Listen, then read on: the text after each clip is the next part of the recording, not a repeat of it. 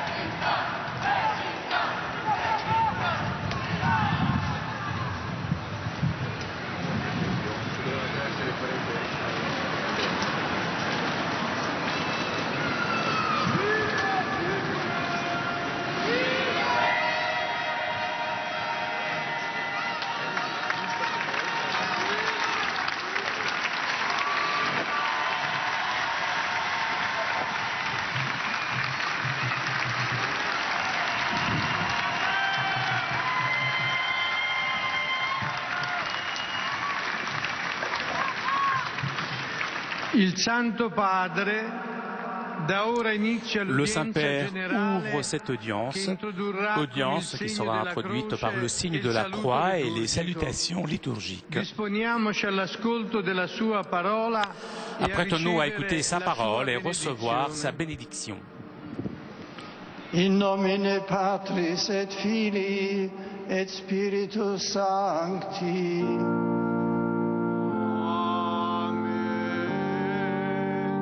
Pax vobis et cum spiritu tuum. Dalla prima lettera di San Paolo Apostolo ai Corinzi. Fratelli, il calice della benedizione che noi benediciamo non è forse comunione con il sangue di Cristo? E il pane che noi spezziamo non è forse comunione con il corpo di Cristo? Poiché vi è un solo pane, noi siamo, benché molti, un solo corpo. Tutti infatti partecipiamo dell'unico pane. Parola di Dio.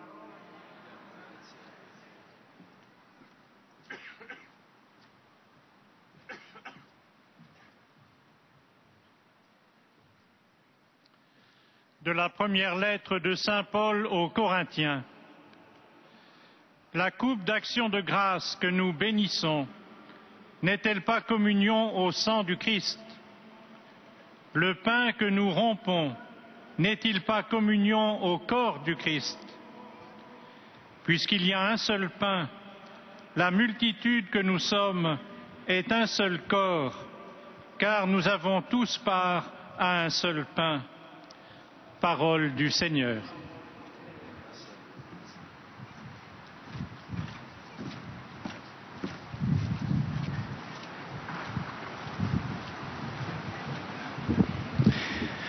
A reading from the first letter of St. Paul to the Corinthians.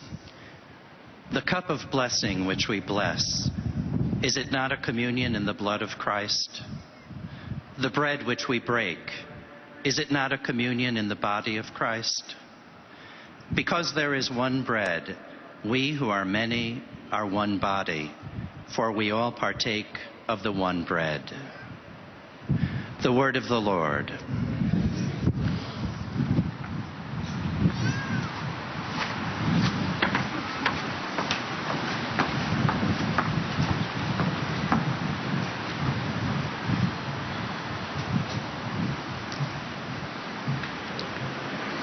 Lesung aus dem ersten Brief des Apostels Paulus an die Korinther. Ist der Kelch des Segens, über den wir den Segen sprechen, nicht Teilhabe am Blut Christi?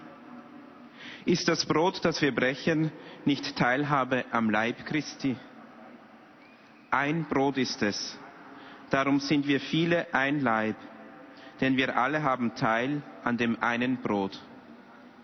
Wort des lebendigen Gottes.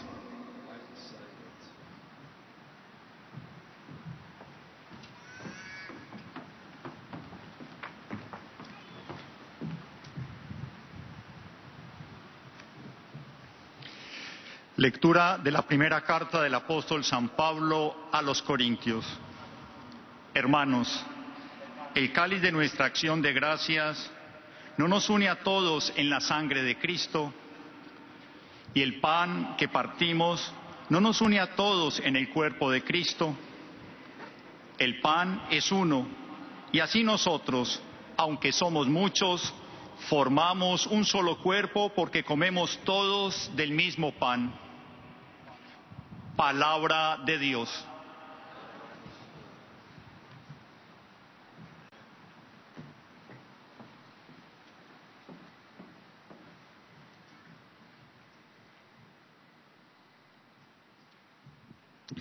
Leitura da primeira carta de São Paulo aos Coríntios. Meus irmãos, não é o cálice da bênção que consagramos a comunhão do sangue de Cristo? Não é o pão que partimos a comunhão do corpo de Cristo? Visto que há um só pão, nós que somos muitos, formamos um só corpo, porque participamos todos do mesmo pão. Palavra do Senhor.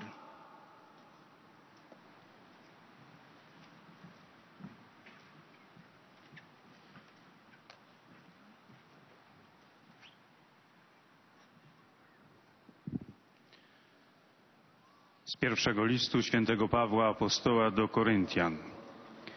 Kielich błogosławieństwa, który błogosławimy, czy nie jest udziałem we krwi Chrystusa? Chleb, który łamiemy, czyż nie jest udziałem w ciele Chrystusa? Ponieważ jeden jest chleb, przeto my, liczni, tworzymy jedno ciało. Wszyscy bowiem bierzemy z tego samego chleba. Oto Słowo Boże.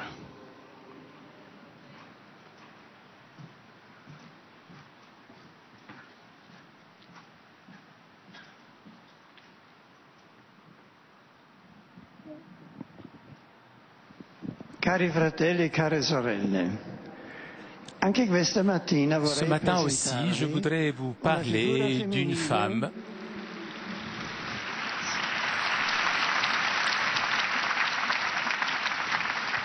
une femme qui n'est pas très connue, mais à qui l'Église doit une grande reconnaissance, non seulement pour sa sainteté de vie, mais aussi parce que, avec sa grande ferveur, elle a contribué à l'institution d'une des solennités liturgiques les plus importantes de l'année, la solennité du Corpus Domini. Il s'agit de Sainte Juliane de Cornillon, connue aussi comme Sainte Juliane de Liège. Nous avons quelques informations sur sa vie, surtout grâce à une biographie écrite probablement pour un ecclésiastique. Et dans cette biographie sont recueillis différents témoignages de personnes qui connurent directement la sainte. Giuliana nacque tra il 1191 o 92. Elle est née entre 1191 et 1192 à côté de Liège, en Belgique. Il est important de souligner ce lieu, puisqu'à cette époque, le diocèse de Liège est, pour ainsi dire, un véritable cénacle eucharistique. Avant Julienne, des grands théologiennes, il y avait illustré la valeur suprême du sacrement de l'Eucharistie, et toujours à Liège, il y avait de groupes de femmes qui étaient dévouées au culte eucharistique et à la communion fervente.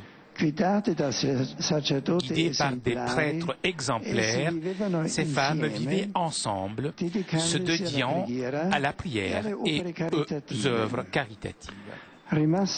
Orpheline à l'âge de 5 ans, Julienne, avec sa sœur Agnès, fut confiée aux soins des moniales augustiniennes du couvent de Montcornillon.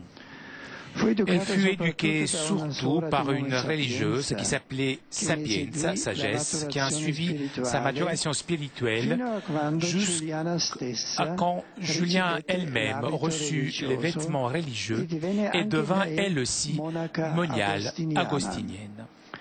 Elle avait une très grande culture, au point qu'elle pouvait lire les œuvres des pères de l'Église en latin, et tout particulièrement Saint Augustin et Saint Bernard.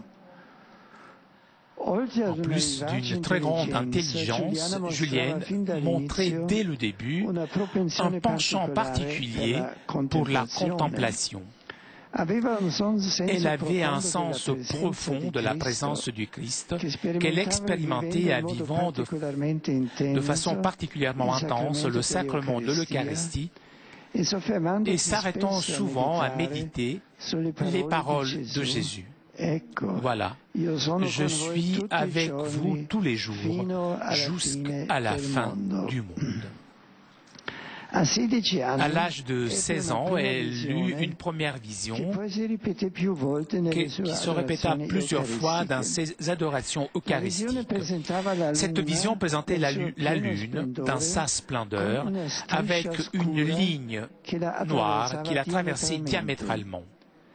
le Seigneur lui fit comprendre la signification de ce qui lui était apparu.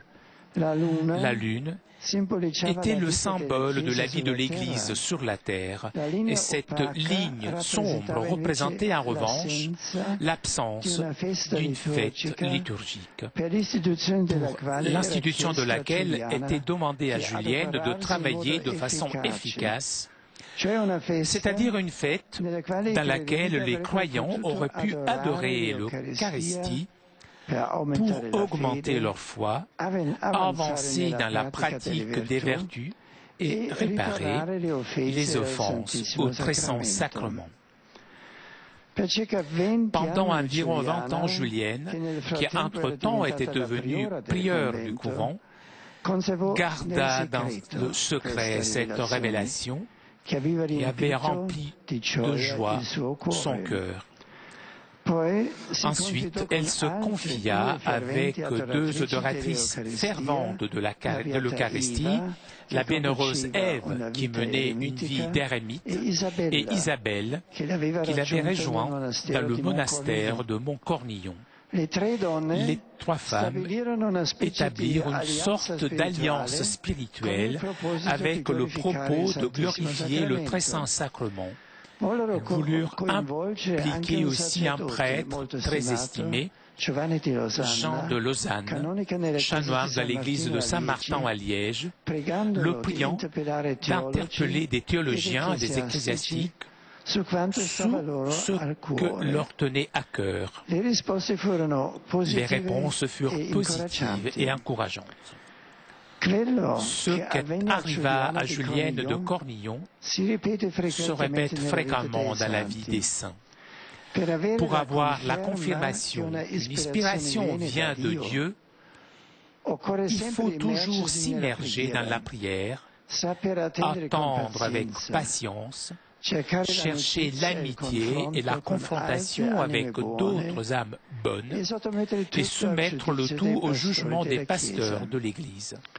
Ce fut justement l'évêque de Liège, Robert de Tourotte, qui, après quelques hésitations, accueillit la proposition de Julienne et de ses compagnes et institua pour la première fois la solennité du Corpus Domini dans son diocèse. Plus tard, d'autres évêques l'imitèrent, établissant la même fête dans les territoires qui étaient confiés à leurs soins pastoraux. Aux saints, toutefois, le Seigneur demande souvent de dépasser des épreuves afin que leur foi augmente. Cela arriva même à Julienne, qui dut subir l'opposition ferme de quelques membres du clergé et du même supérieur dont dépendait son monastère. Alors, de sa propre volonté, Julienne quitta le couvent de Montcornillon avec quelques compagnes et pendant 10 ans, de l'année de 1248 à 1258, elle fut logée dans différents monastères de sœurs cisterciennes. Elle édifiait tous avec son humilité. Elle ne critiquait ou reprochait jamais ses adversaires. Bien au contraire, elle continuait à diffuser avec zèle le culte eucharistique. Elle mourut dans l'année 1258 à Fos-la-Ville, en Belgique. Dans la cellule où elle gisait, fut exposé le très saint sacrement. Et d'après les paroles de biographe, Juliane mourut en contemplant, avec un dernier élan d'amour, Jésus Eucharistie, ce Jésus qu'elle avait toujours aimé, honoré et adoré. À la bonne cause de la fête du Corpus Domini fut conquis aussi Jean Pantaleon de Troyes, qu'elle avait connu lors de son ministère d'archidiacre à Liège. Ce fut justement ce Jacques Pantaleon, élu pape, avec le nom de Urbain 1204 et en 1264, istituì la solennità del il Corpus institua la Domini solennité du Corpus Domini comme fête de précepte pour l'Église universelle, le jeudi qui suivait la Pentecôte. Le jeudi qui suivait la Pentecôte. Dans la bulle d'institution qui s'appelait Transiturs de Hoc Mundo, le pape Urbain révoque avec discrétion aussi les expériences mystiques de Julienne, en confirmant l'authenticité. Et il écrit, bien que l'Eucharistie chaque jour soit célébrée solennellement, nous estimons juste qu'au moins une fois par an, elle l'honore encore plus et on en fasse encore plus mémoire solennelle. Les autres choses dont nous faisons mémoire, nous les saisissons avec l'esprit ou notre intelligence, mais nous ne tenons pas pour cela leur présence réelle. En revanche, dans cette commémoration sacramentelle du Christ, même si elle est faite sous d'autres formes, Jésus le Christ est présent avec nous dans sa propre substance. Alors qu'elle montait au ciel, elle dit, voilà, je suis avec vous tous les jours jusqu'à la fin du monde. Le pontife lui-même voulut donner l'exemple en célébrant la solennité du Corpus Domini à Orvieto, ville où il demeurait à l'époque. Justement, sous son ordre, dans le dôme de la ville se gardait, et on garde encore aujourd'hui, le célèbre corps avec les traces du miracle eucharistique advenu l'année d'avant, en 1263 à Bolsène. Un prêtre, alors qu'il consacrait le pain et le vin, avait été pris par des doutes sur la présence réelle du corps et du sang du Christ dans le sacrement de l'Eucharistie. Par miracle, quelques gouttes de sang commencèrent à jaillir de l'hostie consacrée, confirmant de cette façon ce que notre foi professe. Urbain IV demanda à l'un des plus grands théologiens de l'histoire, saint Thomas d'Aquin, qui à cette époque-là accompagnait le pape et qui se trouvait à Orvieto, de composer les textes de l'office liturgique de cette grande fête. Ces textes, encore aujourd'hui, sont d'usage dans l'Église, ce sont des chefs-d'œuvre où la théologie et la poésie se fondent. Ce sont des textes qui font vibrer le cœur, qui font vibrer les cordes du cœur pour exprimer louange et gratitude au très saint sacrement, alors que l'intelligence, pénétrant toujours avec stupeur dans le mystère, reconnaît dans l'Eucharistie la présence vive et véritable de Jésus dans son sacrifice d'amour qui nous réconcilie avec le Père et qui nous donne le salut. Même si après la mort du Urbain IV, la célébration de la fête du Corpus Domini fut limitée à quelques régions de la France, de l'Allemagne, de la Hongrie et de l'Italie du Nord, ce fut encore un pontife, Jean XXII, qui en 1317 l'a rétabli pour toute l'Église. Depuis ce jour, la fête a connu un développement exceptionnel et elle est encore très aimée par le peuple chrétien. Je voudrais affirmer avec joie qu'aujourd'hui dans l'Église, il y a un printemps eucharistique.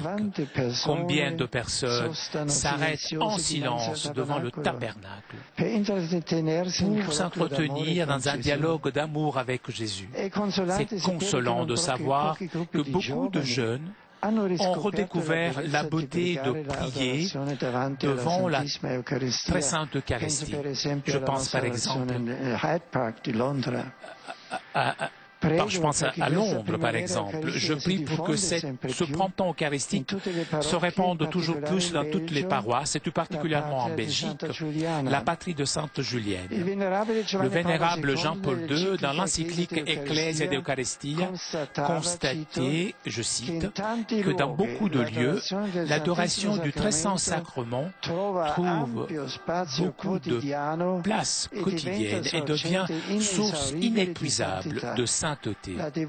La participation des fidèles à la procession eucharistique dans la solennité du corps du sang du Christ est une grâce du Seigneur qui chaque année remplit de joie tous ceux qui participent.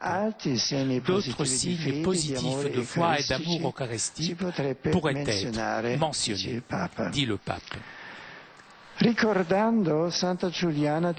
En faisant mémoire de Sainte Julienne de Cornillon, nous relevons nous aussi la foi dans la présence réelle du Christ dans l'Eucharistie.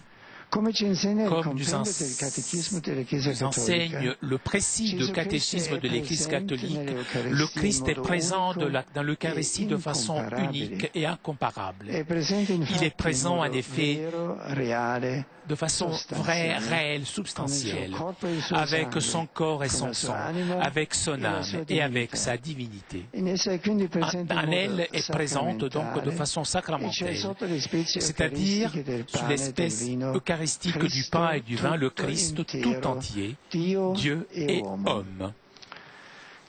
Chers amis, la fidélité à la rencontre avec le Christ eucharistique dans la Sainte Messe du dimanche est essentielle pour le chemin de foi. Mais essayons d'aller aussi fréquemment à visiter le Seigneur dans le tabernacle. En regardant en adoration l'hostie consacrée, nous rencontrons le don de l'amour de Dieu. Nous rencontrons la passion et la croix de Jésus, ainsi que sa résurrection. Justement, par notre regard dans l'adoration, le Seigneur nous attire vers lui, dans son mystère, pour nous transformer comme il transforme le pain et le vin. Les saints ont toujours trouvé leur force, consolation et joie dans la rencontre eucharistique.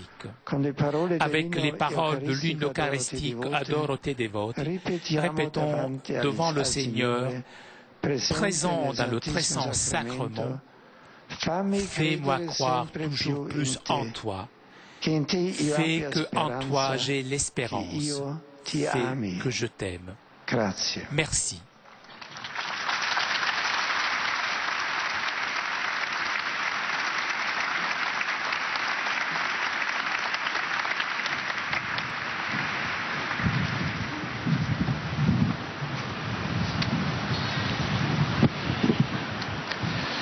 Très Saint-Père, les pèlerins de langue française sont heureux de vous exprimer leurs sentiments respectueux et leur filial attachement.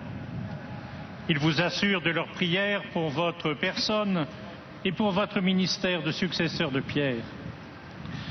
Parmi les groupes venus aujourd'hui, avec les pèlerins individuels ou les familles, sont présents notamment, venant de France, un groupe de prêtres du diocèse de Nevers, avec l'évêque Monseigneur Francis Degnaud, et un groupe de chefs d'entreprise de Toulon, avec l'évêque Monseigneur Ray. À la fin de cette audience, nous chanterons le Notre Père en latin, que vous pouvez trouver au verso de votre billet d'audience. Puis le Saint-Père donnera la bénédiction apostolique. Il l'accorde aussi à toutes les personnes qui vous sont chères, spécialement aux enfants, aux malades et aux personnes qui sont dans l'épreuve. Il bénira également les chapelets et les autres objets de dévotion que vous avez apportés à cette intention.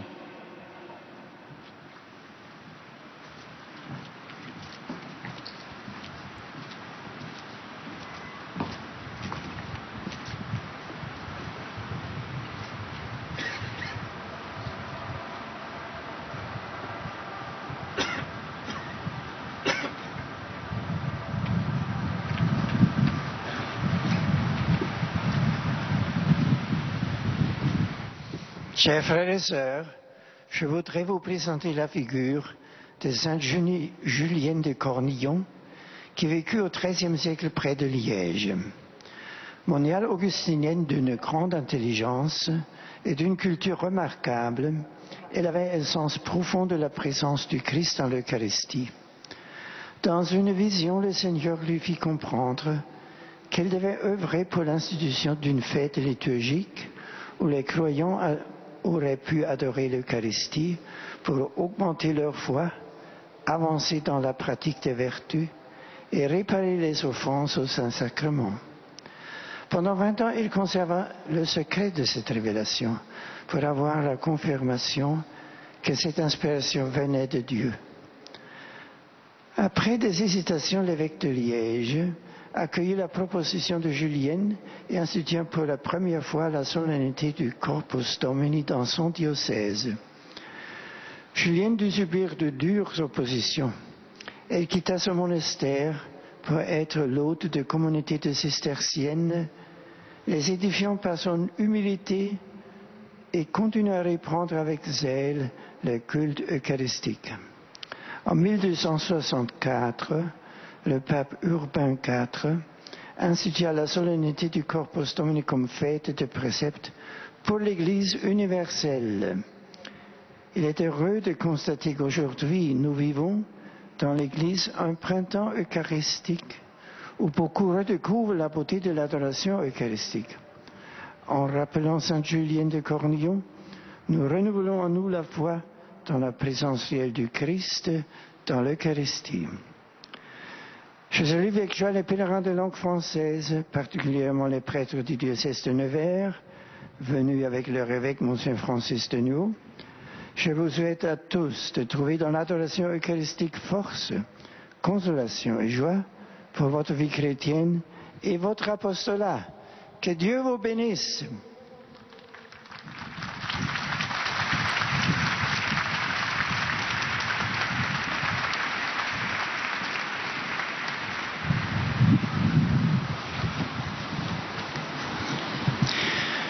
Most Holy Father, the English-speaking visitors and pilgrims are happy to have this occasion to express to you their sentiments of respect and esteem, and to assure you of their prayers for your ministry as the successor of Peter.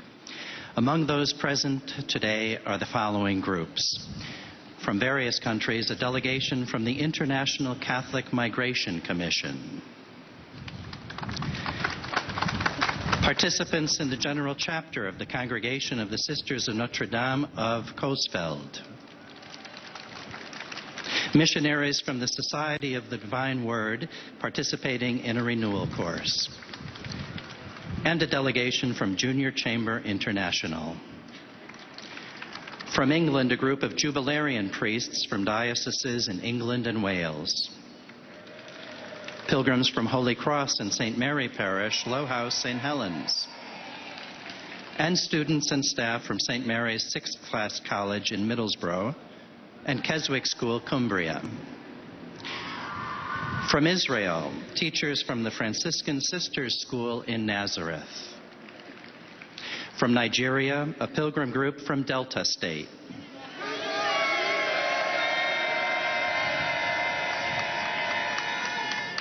From the United States, pilgrims from the Archdiocese of Washington,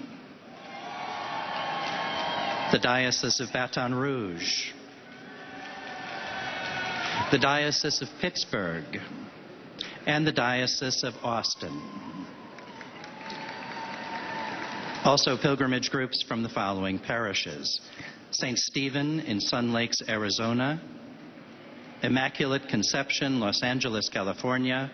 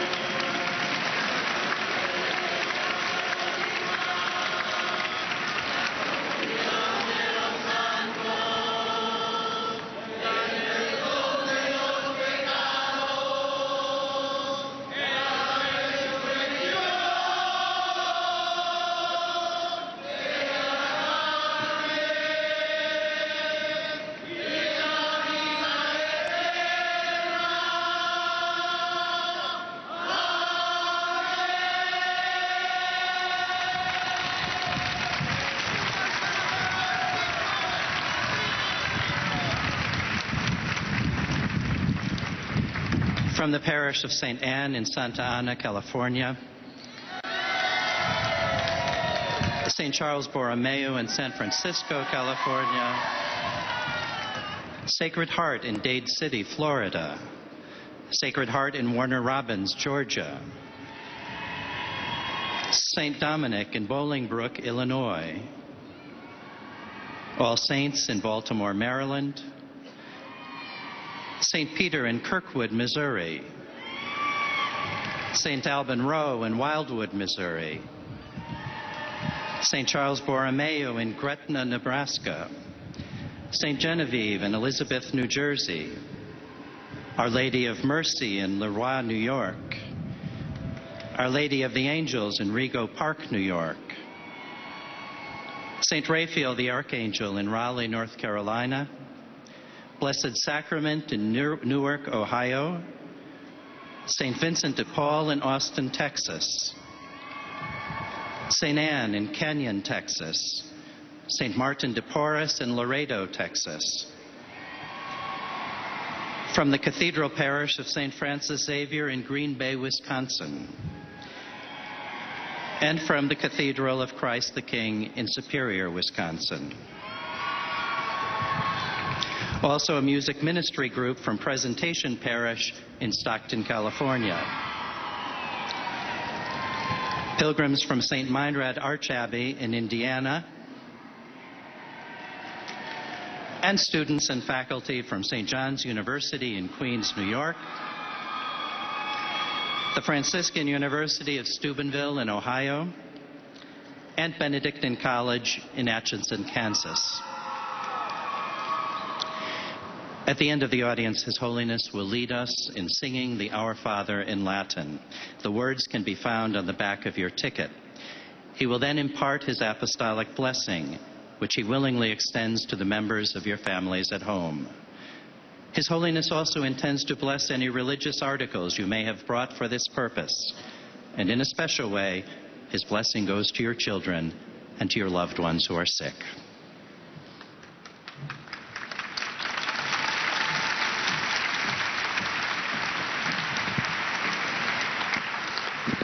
Dear brothers and sisters, our catechesis today deals with St. Juliana of Cornillon, better known as St. Juliana of Liège. Born at the end of the 12th century, Juliana was orphaned young and became an Augustinian nun. Intelligent and cultured, she was drawn to contemplative prayer and devotion to the sacrament of the Eucharist. As a result of a recurring vision, Juliana worked to promote a liturgical feast in honor of the Eucharist.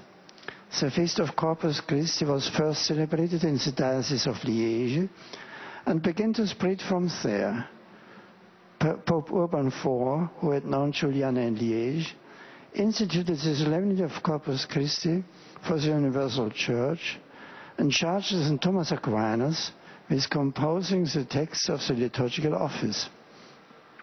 The Pope himself celebrated the solemnity in Orvieto, thence the seat of the papal court, where the relic of a celebrated Eucharist miracle, which had occurred the previous year, was kept. As we recall St. Juliana of Cornillon, let us renew our faith in Christ's true presence in the Eucharist and pray that the springtime of the Eucharist, which we are witnessing in the Church today, may bear fruit in an ever greater devotion to the sacrament of Christ's body and blood. I extend a warm welcome to the delegation from the International Catholic Migration Commission. I offer prayerful good wishes to the Sisters of Notre Dame of Coesfeld, meeting in General Chapter. I also greet the priests from England and Wales, celebrating their anniversaries of ordination. Upon all the English-speaking visitors present at this audience, especially the pilgrim groups from Israel, Nigeria, England, and the United States of America, I invoke God's abundant blessings. Toujours en direct depuis la place Saint-Pierre pour notre rendez-vous du mercredi avec le Saint-Père pour l'audience générale. Le Saint-Père a salué les fidèles francophones ainsi que les fidèles anglophones. Et le Saint-Père s'adressera maintenant aux fidèles de langue Pilger und allemande. Besucher aus den Ländern deutscher Sprache bekunden Ihnen, dem Nachfolger des heiligen Petrus, durch die Teilnahme an dieser Audienz aufrichtige Verbundenheit, Dankbarkeit und Verehrung. Sie versichern Sie zugleich Ihres besonderen Gebetsgedenkens für Ihren apostolischen Dienst als Hirte der universalen Kirche. Neben zahlreichen Einzelpilgern sind heute folgende Gruppen gemeldet.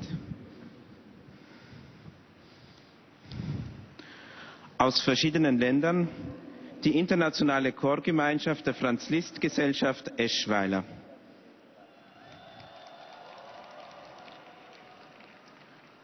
Aus der Bundesrepublik Deutschland Pilgergruppen aus den Pfarrgemeinden Unserer Lieben Frau Freiburg, St. Peter und Paul Hollenbach,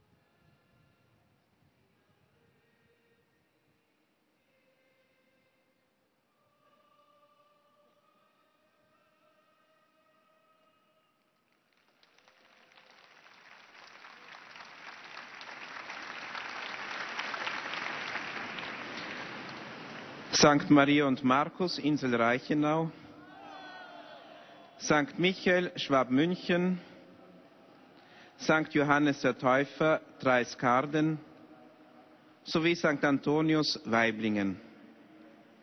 Karl-Arnold-Stiftung, Königswinter, Katholische Arbeitnehmerbewegung, Wallenfels. Eine Gruppe deutscher NATO-Soldaten aus Neapel sowie eine Studienreisegruppe aus Karlsruhe. Lesereise der Rheinzeitung Koblenz und der Regionalchor Trier. Aus der Republik Österreich Pilger aus der Pfarre Gersthof sowie Pilger aus Niederrusbach. Aus der Schweizerischen Eidgenossenschaft Pilger aus der Pfarrei St. Marien Basel. Aus Südtirol, Republik Italien, Pilger aus dem Grönertal Val Gardena. Uit het Koninkrijk der Nederlanden, Pelgrimsgroep uit de Parochie van Sint Petrus Sittard. Zum Schluss dieser Audienz singen wir gemeinsam das Vaterunser in lateinischer Sprache. Der Text befindet sich auf der Rückseite der Einlasskarten. Danach wird der Heilige Vater allen Anwesenden den apostolischen Segen erteilen. Gern schließt er darin ihre Angehörigen ein, besonders die Kranken und die Kinder. Zugleich segnet er auch die Rosenkränze und die übrigen Andachtsgegenstände, die sie dafür mitgebracht haben.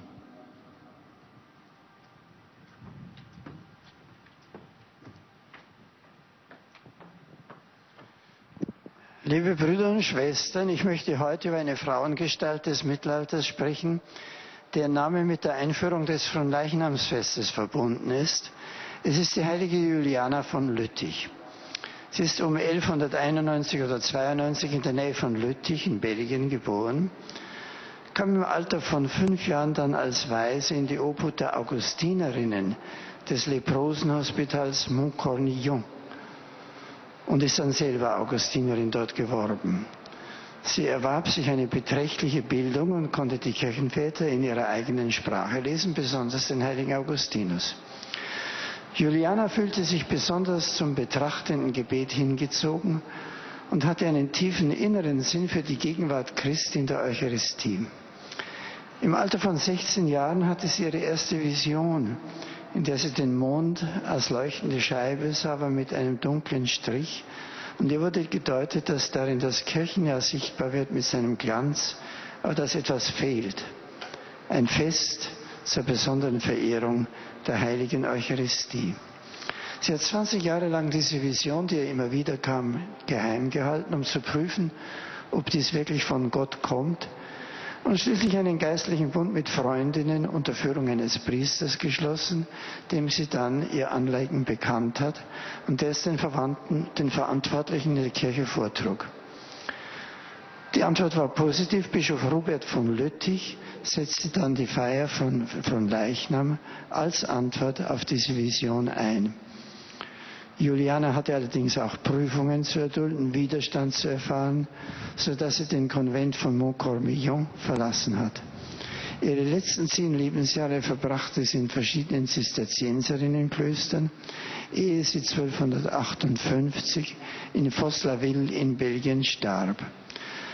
1264 führte dann Papst Urban IV., der als Archidiakon in Lüttich die heilige Juliana kennengelernt hatte, das Fronleichnamsfest für die ganze Kirche ein und ließ durch Thomas von Aquin die Texte dafür zusammenstellen und dichten, bis dann schließlich Johannes der 22. 1317 noch einmal die Geltung des Festes für die ganze Kirche bekundet hat, das heute zu den leuchtenden Punkten des Kirchenjahres gehört.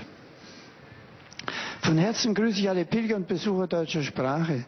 Besonders heiße ich heute die internationale Chorgemeinschaft der Franz-Liszt-Gesellschaft Eschweiler willkommen.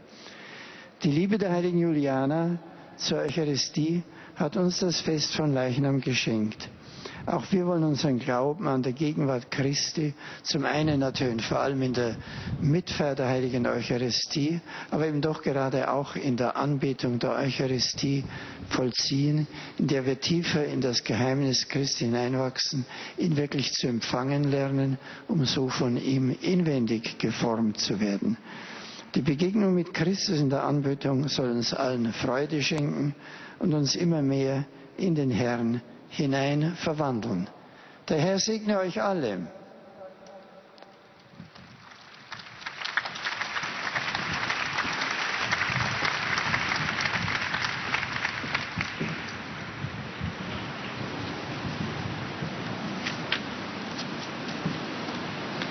Santo Padre, los visitantes y peregrinos de lengua española C'est au tour maintenant des fidèles de langue espagnole de saluer le Saint-Père par l'intermédiaire de leur porte-parole.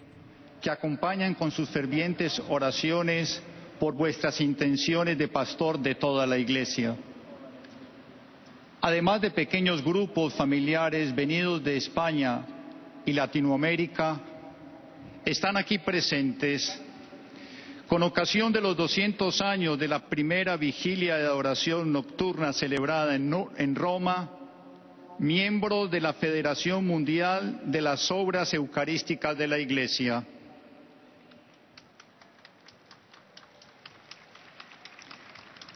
Misioneros del Verbo Divino. De Venezuela, Grupo de la Escuela Técnica Popular Don Bosco. De El Salvador, Grupo de Peregrinos. De México, Grupo de Peregrinos. Al final de la audiencia se cantará el Padre Nuestro en latín, cuyo texto se encuentra en el dorso del billete de entrada a esta audiencia. Después, el Santo Padre impartirá a todos los presentes la bendición apostólica que extiende complacido a sus familiares, especialmente a los niños, a los enfermos y a cuantos sufren. Bendice también los rosarios y objetos de devoción que los peregrinos llevan consigo.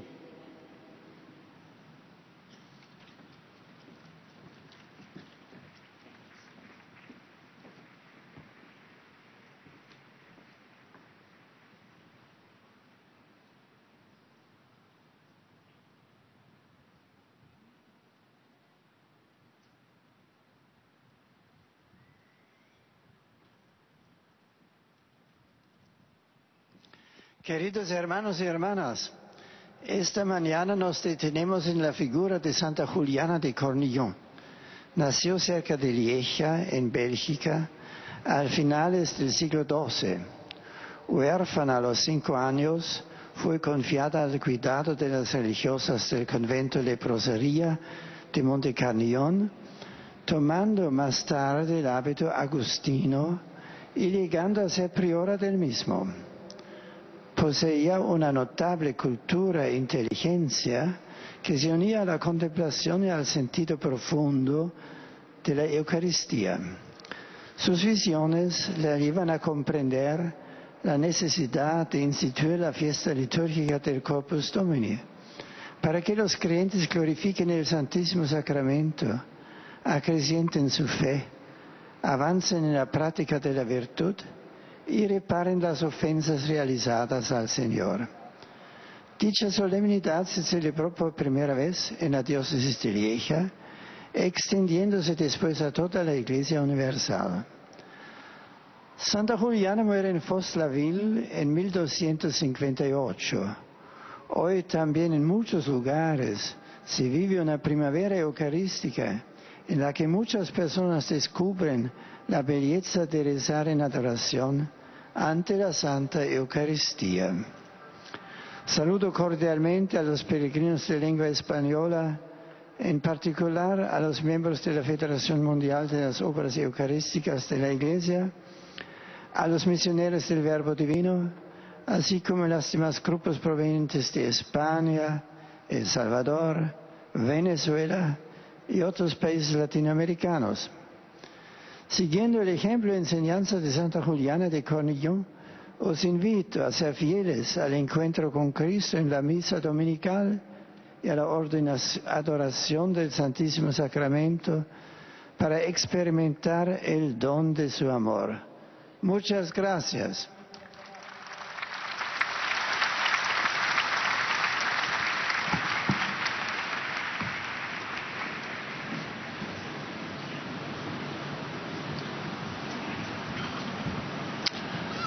Santo Padre, os peregrinos de língua portuguesa presentes nesta audiência testemunham a vossa santidade, sentimentos de gratidão e afeto filial que acompanham com as suas orações pelas vossas intenções de pastor universal da Igreja.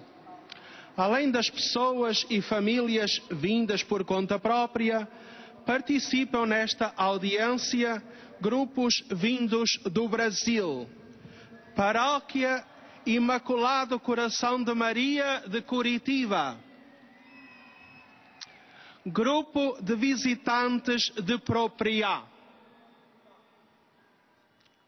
No final da audiência, cantaremos o Pai Nosso em latim, cujo texto se encontra nas costas do bilhete de ingresso que têm. Depois o Santo Padre concederá a todos os presentes a bênção apostólica extensiva aos seus familiares, especialmente aos doentes e às crianças. Abençoará igualmente todas as lembranças e objetos religiosos que os peregrinos tenham consigo.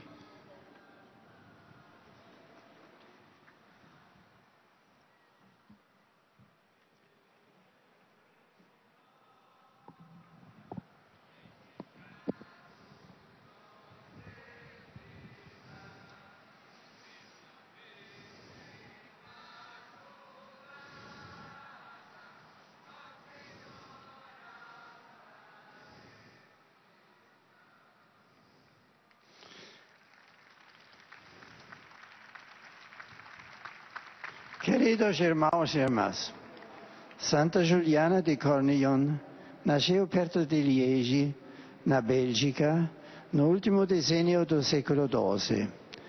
Tinha 16 anos quando, numa visão, lhe apareceu a lua no máximo do seu esplendor, mas cingida como uma faixa escura que atravessava diametralmente. O Senhor fez-lhe compreender que a lua simbolizava a vida da Igreja sobre a terra, a faixa negra exprimia a ausência de uma festa litúrgica na qual os cristãos pudessem adorar a Eucaristia para aumentar a sua fé e reparar as ofensas ao Santíssimo Sacramento. Por outras palavras, faltava a festa do Santíssimo Corpo e Sangue de Cristo, que hoje temos, instituído pelo Papa Urbano IV, 50 anos depois da referida visão, e por influência dela. Este Papa, durante o seu ministério de arcidiácono, precisamente em Liege, tinha conhecido Santa Juliana e deixara-se conquistar para a boa causa da festa do Corpo de Deus. Amados peregrinos de língua portuguesa, minha saudação cordial a todos vós, em especial aos grupos brasileiros de Curitiba e de Propriá. A seu cubra de graças os passos da vossa vida e os preserve do pecado, para que os vossos corações possam, domingo a domingo, hospedar Jesus e Eucaristia no meio dos homens. Sobre vós, vossos familiares e comunidades eclesiais, desce a minha bênção.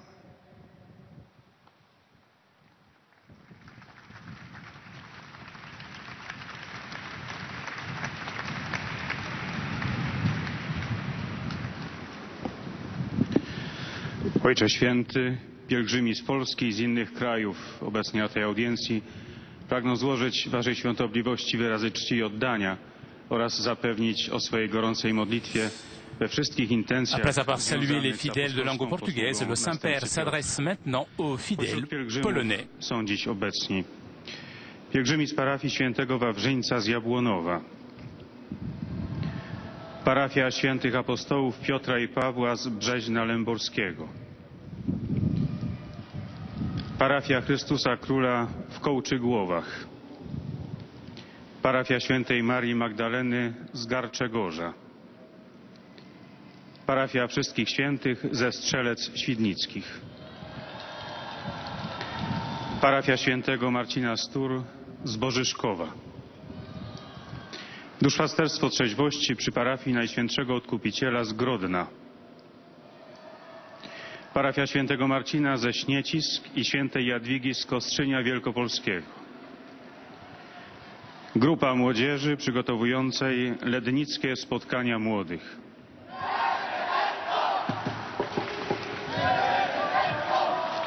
warsztaty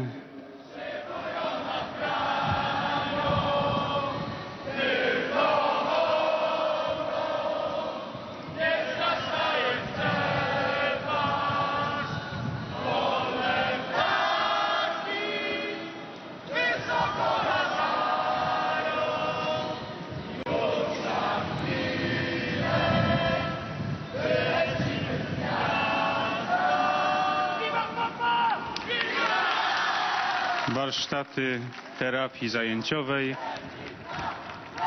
i dom pomocy społecznej z Sadowej. Biuro turystyczne Matimpex Travel z Poznania. Są też obecni pielgrzymi indywidualni z kraju i z zagranicy. Są obecni Maldinin Kaj i Šlietu Vos. Prisutni su i hodočasnici iz Hrvatske. Su pritomni aj putnicy zo Slovenska. Na zakończenie audiencji zaśpiewamy wspólnie modlitwę Ojcze Nasz po łacinie. Jej tekst znajduje się na odwrocie kart wstępu. Następnie Ojciec Święty udzieli wszystkim tu obecnym swojego apostolskiego błogosławieństwa, obejmując nim również naszych najbliższych, dzieci, młodzież, a szczególnie ludzi chorych i dotkniętych cierpieniem.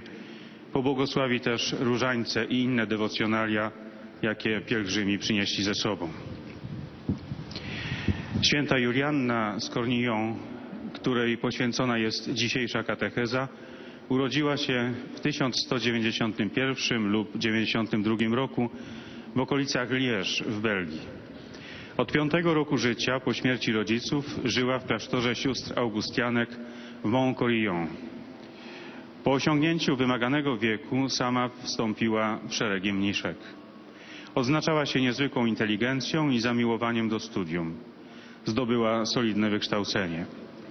Zawsze też zdradzała szczególne upodobanie do kontemplacji.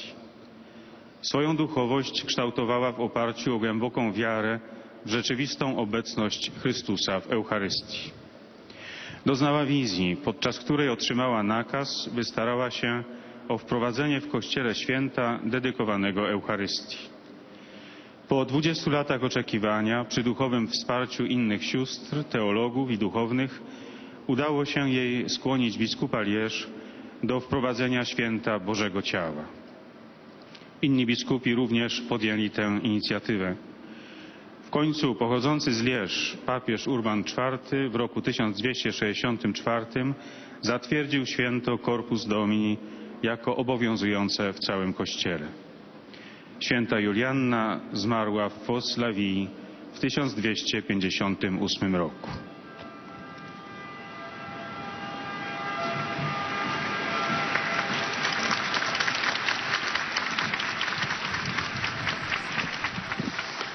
Witam polskich pielgrzymów. J'adresse mes salutations cordiales aux pèlerins polonais.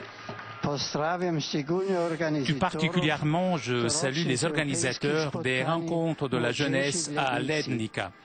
Chers amis, en revenant aux racines de notre christianisme, le baptême, la confirmation, l'Eucharistie, essayez d'aider les jeunes à renforcer leur lien avec le Christ.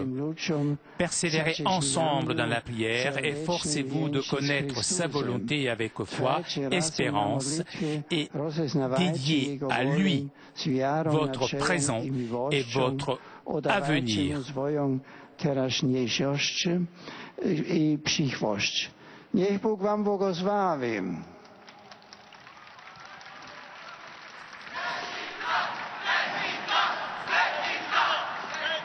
Un saluto in ceco. Des salutations en tchèque. J'adresse mes salutations cordiales aux pèlerins venu de Germanov. La tradition dédie le mois de novembre à la prière et au sacrifice en suffrage de ceux qui ont déjà réalisé leur pèlerinage terrestre et dorment le sommeil de la paix. La mémoire de vos proches disparus vous rendent vigilants dans l'attente de la venue du Seigneur à la fin des temps. Avec ces vœux, bien volontiers, je vous accorde ma bénédiction apostolique. Des salutations en slovaque. J'adresse mes salutations cordiales aux pèlerins slovaques, frères et sœurs. Demain, dans les basiliques de Saints Apôtres Pierre et Paul, on célébrera la fête de la dédicace. La visite de ces églises fasse approfondir votre amour pour l'Église fondée sur l'apôtre, sur les apôtres.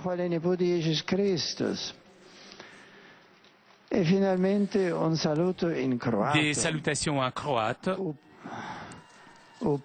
J'adresse mes salutations à tous les pèlerins croates et tout particulièrement aux membres de l'Union du sang du Christ. Avec votre vie et vos prières, soyez fidèles, collaborateurs du Christ roi, dont nous attendons le royaume dans la foi et l'espérance. Et nous arrivons maintenant aux salutations des fidèles de langue italienne. Beatissimo Padre, i pellegrini di lingua italiana presenti a questa udienza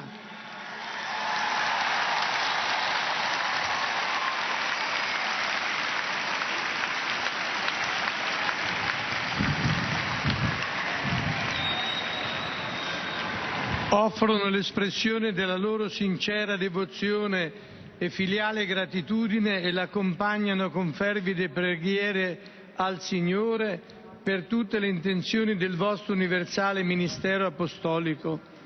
Sono presenti oggi da diversi paesi missionari di diverse congregazioni partecipanti a un corso di formazione presso l'Università Pontificia Salesiana. Suore di San Giuseppe dell'Apparizione. Dall'Italia partecipanti al pellegrinaggio della Basilicata nel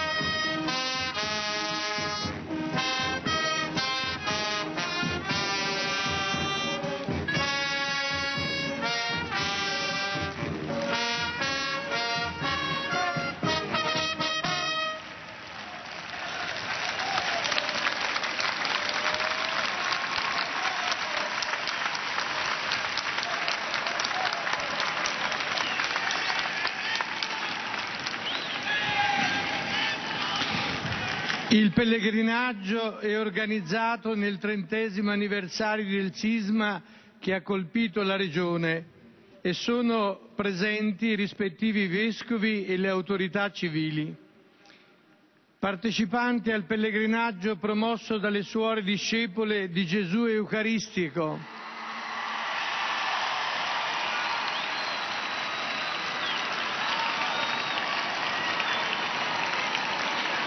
partecipanti al pellegrinaggio della diocesi e del comune di San Miniato con il vescovo Fausto Tardelli,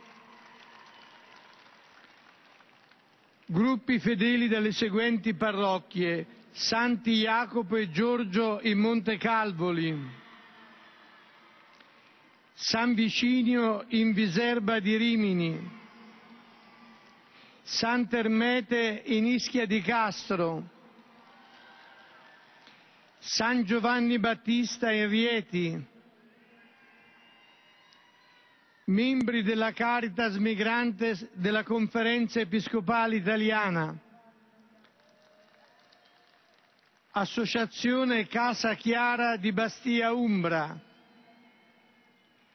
Università Popolare di Trieste con l'Arcivescovo Monsignor Giampaolo Crepaldi, Mini Banda Città di Bellona,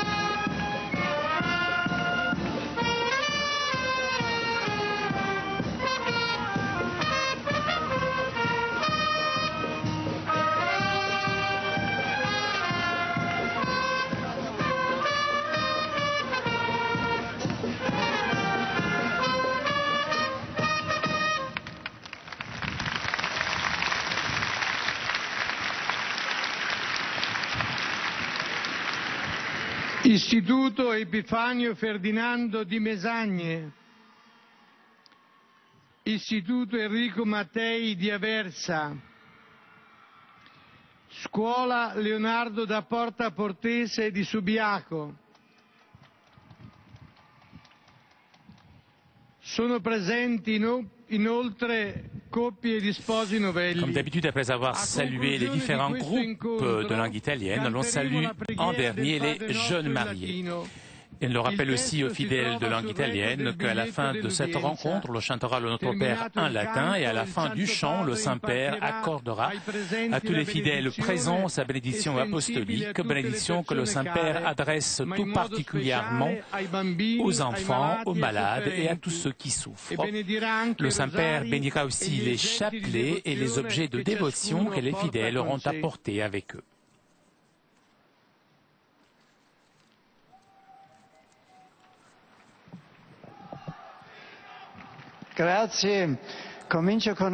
Je commence par un appel. Ces jours-ci, la communauté internationale suit avec une grande inquiétude la situation difficile des chrétiens au Pakistan, qui souvent sont victimes de violences ou de discrimination. Tout particulièrement, je voudrais exprimer aujourd'hui ma proximité spirituelle à Madame Asia Bibi et à sa famille, alors que je demande que le plus rapidement possible soit rendue sa liberté. En plus, je prie pour tous ceux qui s'y trouvent dans des situations analogues, afin que leur dignité humaine et leurs droits fondamentaux soient pleinement rétablis et respectés. J'adresse maintenant mes salutations cordiales aux pèlerins de langue italienne, et vous êtes très nombreux.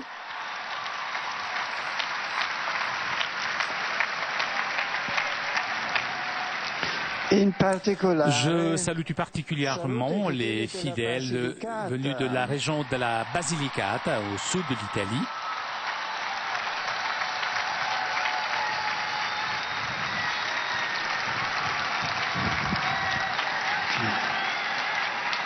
Venus avec leurs évêques, leurs prêtres et les autorités civiles et militaires à l'occasion du 30e anniversaire du tremblement de terre qui avait touché cette région.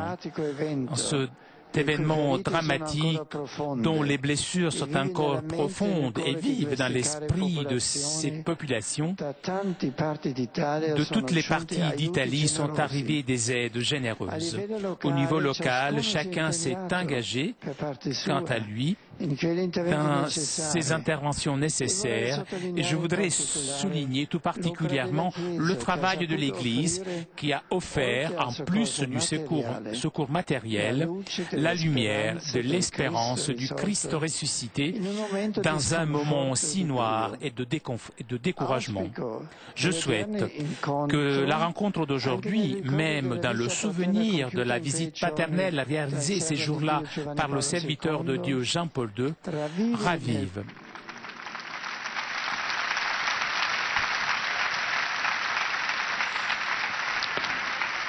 Dans le peuple chrétien le don de la foi et la joie de la partager dans la grande famille de l'Église. Je salue aussi les participants au pèlerinage promu par les sœurs disciples du Jésus eucharistique.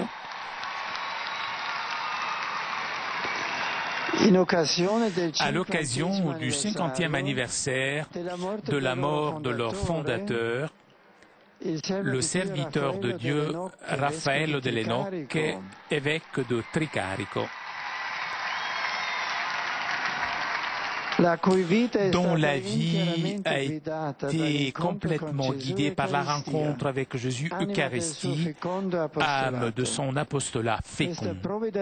Cette occasion suscite le désir fervent d'imiter l'exemple lumineux de ce merveilleux pasteur. Je salue aussi les fidèles de San Miniato, accompagné par l'évêque Monseigneur Fausto Tardelli, est venu ici pour représenter les différentes institutions sociales ecclésiales de la ville et des diocèses. Les remerciant de leur présence, je les exhorte à répandre dans tous les milieux ces valeurs humaines et chrétiennes qui rendent féconde toute initiative de bien.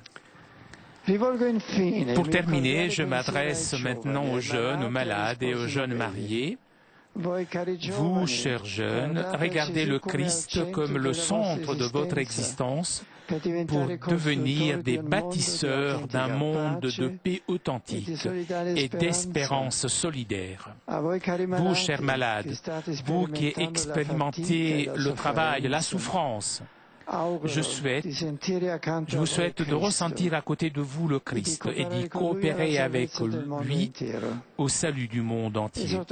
Je vous exhorte, vous, chers jeunes mariés, que depuis peu vous avez reçu dans le sacrement du mariage l'effusion de l'esprit de l'amour, à trouver quotidiennement la force et le courage en Dieu pour vivre ainsi dans la pleinement votre vocation.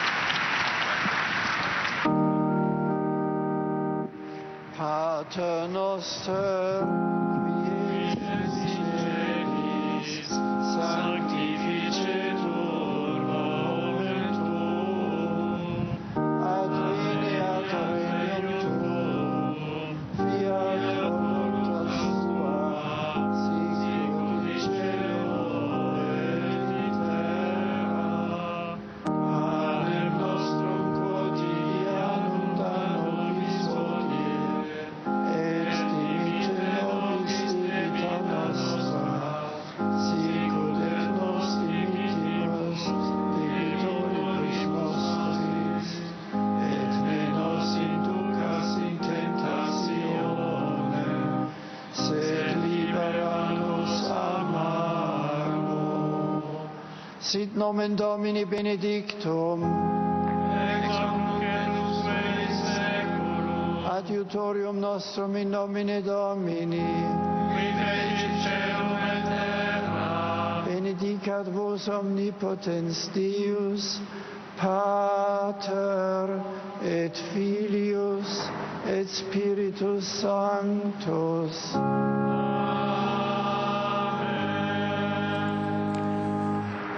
Chers amis, nous arrivons à la conclusion de notre liaison avec Rome. Avant de vous quitter, je voudrais remercier CTV et Télépache pour ces images, ainsi que Jérémy qui était aujourd'hui à la technique. Encore merci de votre fidélité. Je vous souhaite une très bonne journée.